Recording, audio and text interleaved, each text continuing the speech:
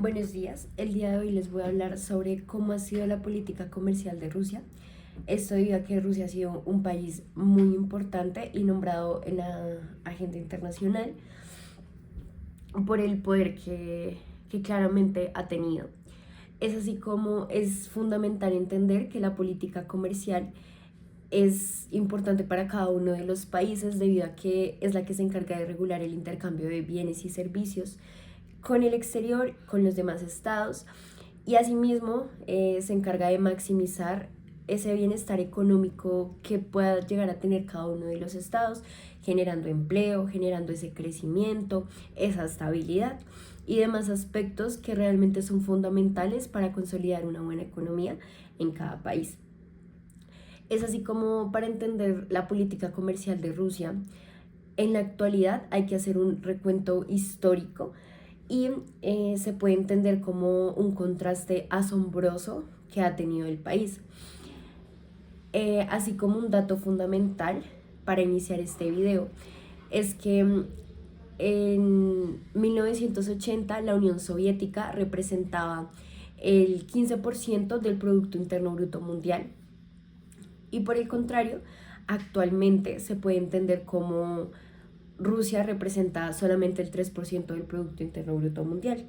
En ese Producto Interno Bruto Mundial de la Unión Soviética se podía evidenciar cómo era el Estado el que se encargaba de controlar esa, ese intercambio de bienes y servicios. Todo lo que entrara o saliera del país era verificado claramente por el Estado. Es así como por esta razón se va a hacer un recuento histórico pasando desde la Unión Soviética en el siglo XX hasta llegar a lo que ha sido Rusia, marcándolo, determinándolo por 4 momentos históricos o 4 hitos que nos van a permitir comprender cómo ha sido esa evolución de esta política comercial. El primero es una autarquía y la planificación central. El segundo es ese momento histórico que se da, que es tan conocido como la perestroika. El tercero es la terapia de choque. Y el cuarto es lo que muchas personas denominan, o autores y artículos, como un nuevo o un neomercantilismo. Y todo esto se da en la llegada de Vladimir Putin al poder. Entonces, dicho lo anterior, para seguir comprendiendo, se puede entender que en el modelo de la autarquía y planificación central es desde, vamos a entenderlo como desde el año 1917 a 1985. Con esto se da un monopolio estatal del comercio exterior. Esto debido a que con el auge de lo que fue la Unión Soviética se empezaron a implementar reformas económicas que iban a ser fundamentales para la consolidación de la Unión Soviética, para el crecimiento y también para que después se determinaran ciertos factores. La primera es esa reforma bancaria que básicamente trató de unificar un banco nacional, o sea, unir todos los bancos y conformar solamente uno, que iba a ser controlado por los soviets de diputados trabajadores, por el control de los soviéticos con la producción social y con la producción en general de distintos productos. Asimismo, también se logró una nacionalización de los sindicatos, es decir, estos sindicatos que eran netamente capitalistas o de sindicatos monopolísticos más grandes como el azúcar, sindicatos como la industria metalúrgica y demás, pues fueron nacionalizados. De igual forma se cancelaron secretos comerciales, que son como estos 3 ítems fundamentales para entender cómo un poco este cambio que hubo. De igual forma, o para entrar un poco más en materia de comercio exterior, que es lo que convoca este gran video, podemos entender que el Estado era el único comprador y vendedor. Es así como las empresas locales no tenían dicho poder, ni tenían como ese contacto con el mercado exterior. Todo debía pasar por el Ministerio de Comercio Exterior del país. Esto se puede evidenciar con un decreto que se implementó en el año 1918, que se titula sobre la nacionalización del comercio exterior, que básicamente decía en varios de sus artículos cómo se iba a manejar esta política exterior. Para esto voy a leer el artículo 1 que dice así: se nacionaliza todo el comercio exterior, las transacciones comerciales para la compra y venta de todo tipo de productos. Esto incluye minería, manufacturería, agricultura y demás. Con estados extranjeros y empresas comerciales individuales en el extranjero se llevan a cabo en nombre de la República de Rusia por organismos especialmente autorizados. Aparte de esas autoridades, están prohibidas todas las transacciones comerciales con países extranjeros para importación y exportación. Esto básicamente reafirma la idea que mencioné al inicio de que el Estado era quien se encargaba de controlar ese comercio exterior. Y asimismo se puede evidenciar cómo existe el artículo 2 y 3 que establecen que el organismo encargado del comercio exterior nacionalizado es el Comisariado del Pueblo de Comercio e Industria, y que también menciona en el artículo que para organizar las exportaciones e importaciones se crea un Consejo de Comercio Exterior dependiente del Comisariado del Pueblo de Comercio e Industria. Básicamente con estos dos artículos vuelve a reafirmarse que el Estado es quien coordina todo este proceso de comercio exterior. Y en el artículo 4, que también es fundamental, se señala que en el ámbito del comercio exterior existe un plan para el intercambio de bienes con países extranjeros, que es elaborado por la Comisaría Popular de Comercio e Industria, y también, aunado a esto, es aprobado por el Consejo Supremo de la Economía Nacional. Aunque principalmente este decreto se le asocia directamente a Lenin, según varios artículos, hay que entender que también se aclara en varios artículos que el monopolio no fue una idea que fuera, digamos, aislada a Rusia en ese tiempo, sino que fue una necesidad, digamos, más pragmática para la revolución de 1917, para evitar que ese capital extranjero invadiera un poco lo que era el capital propiamente del país o terminara, digamos que desvalijándolo o haciéndolo menos. Es así como también se puede entender como Lenin sí fue uno de sus mayores defensores, ya que el monopolio para él, o entendido como él lo entendía o lo dijo o lo hizo con su política, no era solamente una medida económica, sino que también era una muralla política. Sin él, también se podía entender que el imperialismo occidental compraría a los campesinos y destruiría esa industria soviética que para los soviéticos era tan importante fortalecer. En este contexto surge un personaje que va a ser fundamental, el cual se llama Nikolai Bukharin, el cual proponía un sistema de aranceles. Este personaje va a ser muy sonado y pues se entiende como la política Bukharin. Este personaje, como lo mencioné, proponía un sistema de aranceles como el que tenían los países propiamente capitalistas, en lugar de que existiera un monopolio que fuera totalizado. Es por eso que el argumento de Lenin principalmente era contra esos aranceles, ya que argumentaba, digamos, que los países ricos podían pagar cualquier arancel con tal de inundar un poco el mercado como tal ruso, lo cual pues esto no les convenía porque lo que quería hacer la Unión Soviética era enfocarse en esos productos soviéticos y digamos que proteger esa industria naciente. El monopolio, por su parte, era la única forma en la que el Estado podía controlar qué entraba, qué maquinaria se usaban y también qué salía, sobre todo en esta época eran materias primas. Entonces se enfoca en un proteccionismo extremo, también en una acumulación de capital, en una seguridad nacional que va a ser fundamental. Y este sistema se puede entender que el cual fue el que permitió a la Unión Soviética que se pudiera industrializar, sin estas medidas, sin estos decretos que he mencionado, la Unión Soviética probablemente no hubiera podido tener el auge que tuvo y pues como todos sabemos tuvo una velocidad de crecimiento muy rápida o fue en tiempo récord en los años 30. Pero también creo esa rigidez que más tarde se iba a romper con lo que fue la perestroika. Bueno, entonces vamos a hablar sobre lo que ha sido el Comecon, que también es importante. Este fue creado en 1949, que es el Consejo de Ayuda Económica, que es como esa respuesta económica al Plan Marshall que fue impulsado por Estados Unidos, que bajo el liderazgo de Stalin en Europa del Este se creó un sistema alternativo basado en esa cooperación socialista y buscaban generar esa competencia de los países socialistas y que cada país se pudiera especializar en algo. Por ejemplo, uno acero, otro elemento y así.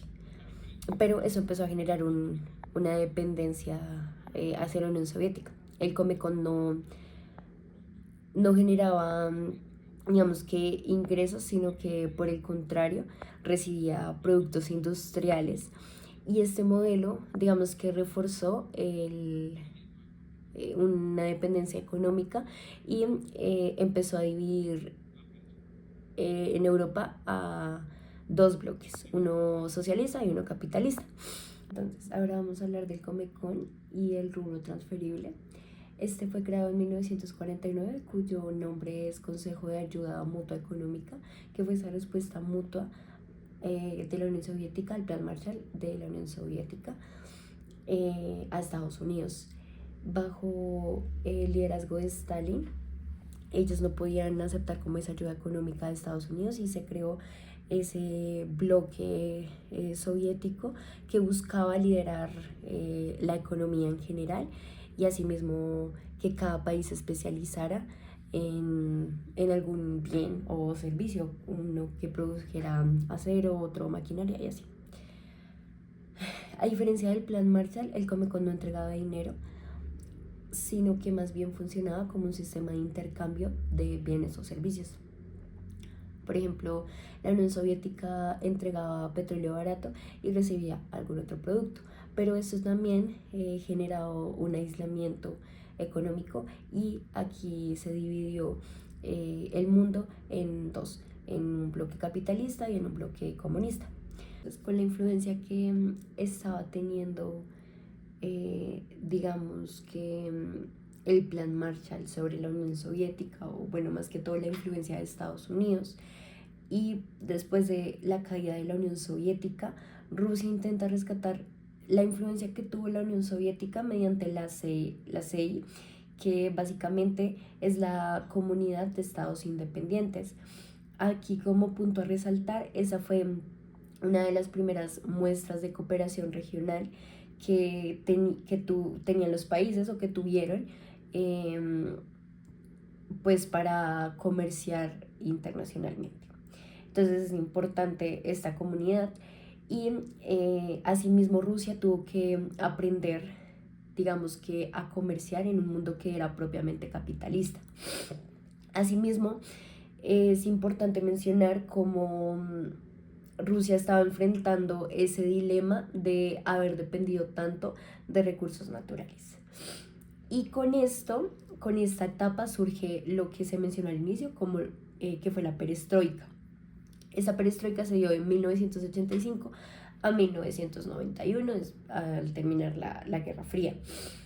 El inicio del colapso del monopolio que tenía la Unión Soviética y este bloque comunista, o bueno, más que todo socialista, fue por el presidente Gorbachev, quien intenta salvar esta economía abriendo un poco más el mercado gradualmente. Según lo expuesto por este presidente, la perestroika debería, digamos que, aceptar un poco la maquinaria soviética en aquellos lugares en donde la revolución socialista, digamos que no había dado una respuesta que fuera concreta o lo había hecho de una forma que era muy fragmentada en algunos sectores, sobre todo en los sectores políticos y económicos. Es así como también se planteó siempre como una instancia que debía avanzar, y que igual también obstaculizaba un poco el desarrollo. Entonces, se puede ver como Gorbachev propone, antes de el fallido golpe que hubo en 1991 con el nuevo Tratado de la Unión, la socialdemocratización y la incorporación también del Fondo Monetario Internacional, el cual va a ser muy importante para la apertura económica que va a tener Rusia después de lo que es la Unión Soviética. Con la primera que mencioné, con la socialdemocratización, se buscaba lograr tener una nueva relación entre todos los estados que componían el Estado soviético, y con la segunda idea de incluir a la Unión Soviética o a Rusia en el Fondo Monetario Internacional, se plasmaba la idea de eh, un país más democrático y más socialista. E igual significaba una incorporación de la Unión Soviética a los mercados financieros internacionales. Obviamente con esta inclusión al Fondo Monetario Internacional, pues iba a ser fundamental esta propuesta. De igual forma se buscaba una descentralización. Por primera vez se permitió que algunos ministerios y empresas realizaran transacciones comerciales que fueran directamente con el extranjero, a diferencia de como se mencionó al inicio, que la Unión Soviética era quien controlaba todo y quien determinaba si las empresas iban a competir o a generar algún tipo de alianza o de comercio con alguna empresa o con algún país del exterior, pues ahora sí se podía realizar. Entonces, pues esto es muy importante. También la ley de empresas cooperativas que se plantea en 1988, la cual también permitió aparición de pequeñas entidades privadas que podían, digamos que, ayudar a impartir más tecnología, más industria, rompiendo con ese control absoluto que durante tanto tiempo tuvo el Estado en esta región. Y asimismo se empezó a dar una apertura a lo que era la inversión extranjera. Entonces este es un punto fundamental. También entra aquí un elemento muy interesante que es la tercera etapa del video, que básicamente habla de esa terapia de choque y los años 90. En este tiempo y época se puede mencionar a Yeltsin, que es un presidente también que va a ser, que es una figura muy importante, ya que menciona como estas medidas ejecutadas bajo el gobierno de Boris Yeltsin fueron tres medidas radicales que fueron simultáneas. La primera fue la liberalización, que buscaba eliminar el control de precios y la libertad de comercio. La segunda fue la estabilización financiera, generando políticas un poco más austeras para frenar la inflación que tenía en ese momento la región. Y la tercera es la de privatización. Eso quiere decir que se buscaba un traspaso masivo de empresas estatales a manos privadas en un tiempo récord. Entonces también se genera un debate fundamental, una lucha intelectual sobre la velocidad de los cambios. Habían personas más radicales, otros más gradualistas y demás, que se puede evidenciar como en varios puntos y artículos fundamentales. Lo que se esperaba con esta medida era que eran 6 metas principales que se pueden ver en varios artículos, como estimular la actividad económica con estas medidas de dejar que el Estado manejara y controlara todo.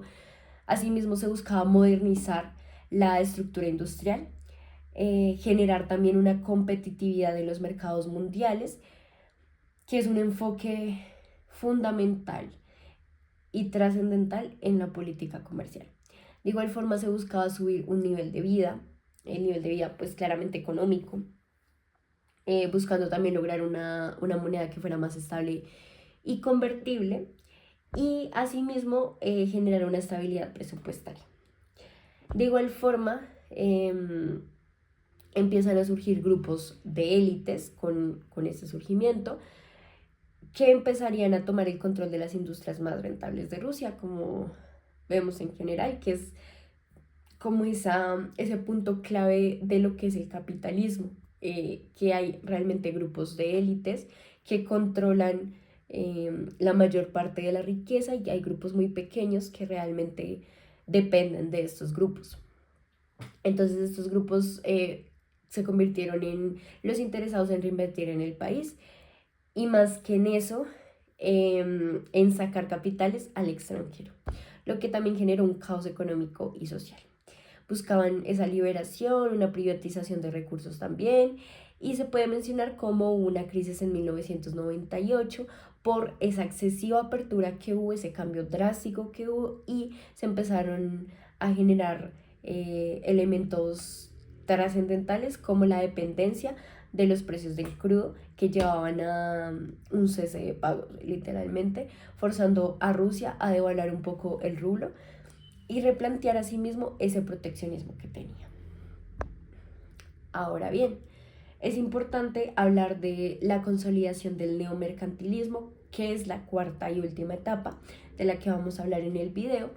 Esta etapa se da más o menos en el año 2000 a 2012 y pues ya surgiendo la actualidad, ¿no? Tomando pues la actualidad también.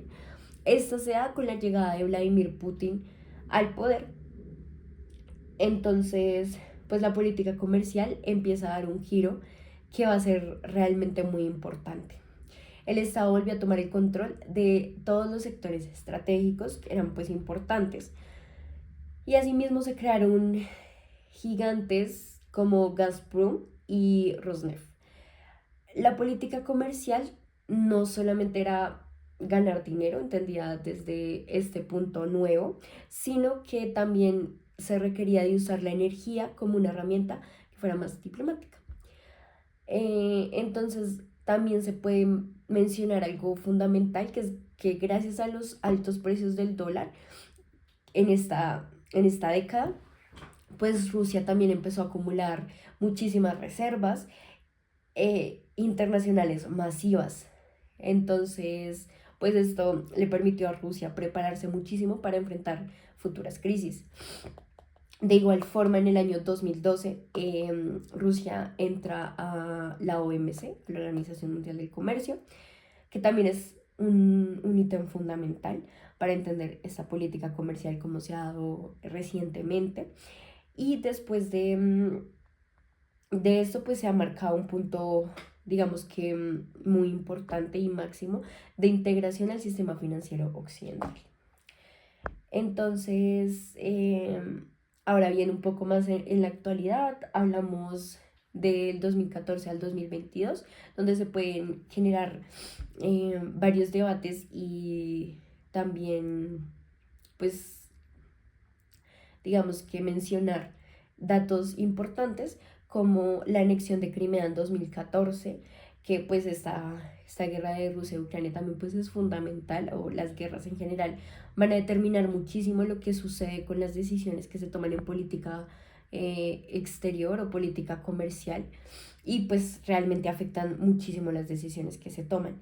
Cualquier guerra o cualquier suceso o hecho que esté pasando en el mundo pues es fundamental.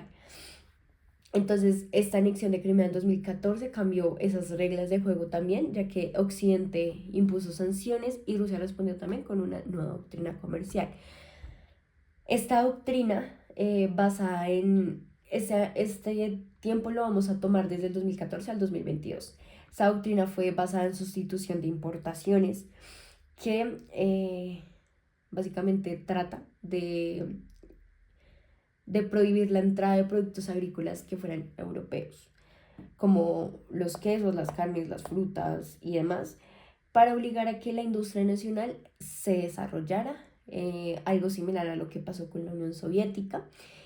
Y esto ha convertido a Rusia en un exportador muy importante en el mundo.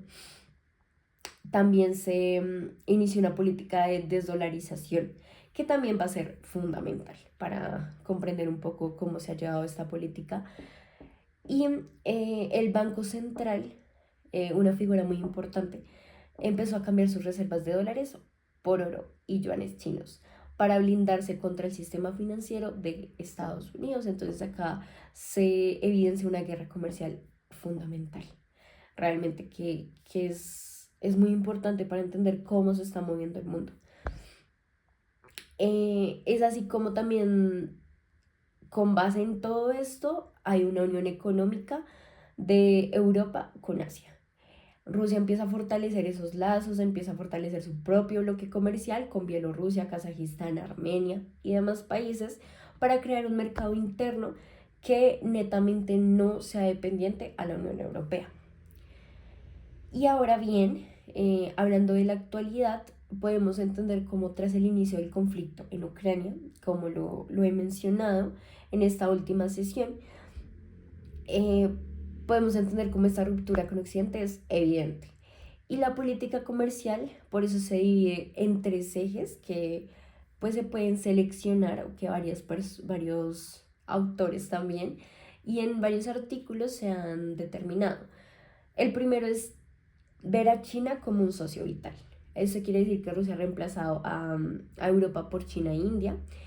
Y el yuan es ahora la moneda principal de reserva del país y también es la moneda que permite hacer transacciones en la bolsa de Moscú.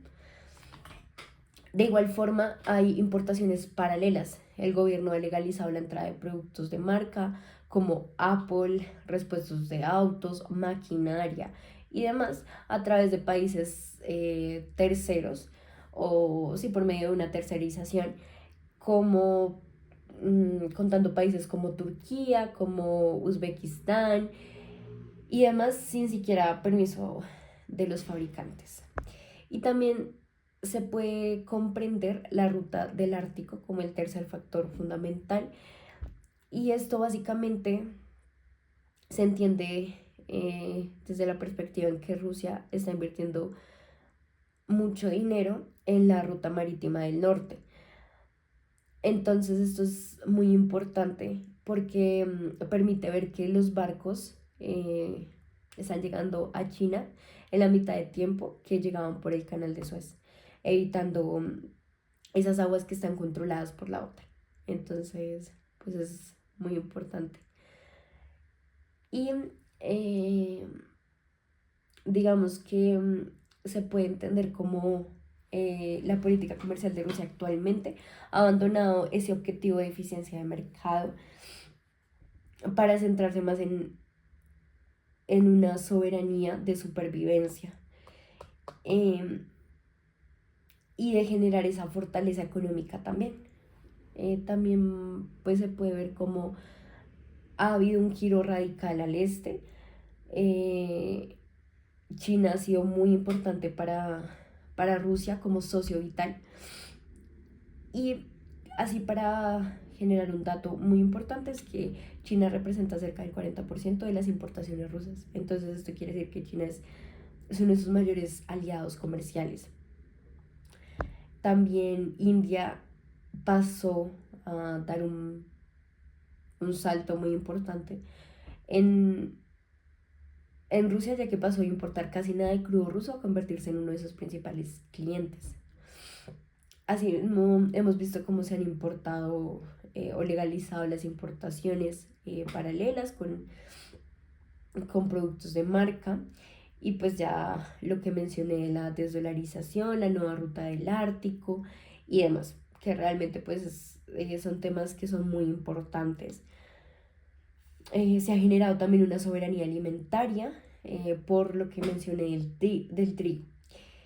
Y es así como a modo de conclusión, a modo de cierre, podemos decir que la política comercial de Rusia ha tenido varios ítems muy importantes, varios aspectos que cabe la pena resaltar, que cabe la pena hablar, debatir y demás, y que pues todo ha comenzado en el siglo XX con el monopolio estatal de Lenin para protegerse del exterior, pasando por una apertura también que fue un poco difícil en los años 90 y que también ha regresado a un capitalismo de Estado que se puede entender, que ha priorizado también esa autonomía, la seguridad nacional, eh, sobre ese fenómeno de globalización. Entonces, digamos que el caso de Rusia es muy particular porque se puede ver como no intenta encajar de pronto con el mundo occidental, sino más bien construir un sistema comercial paralelo con el sur global.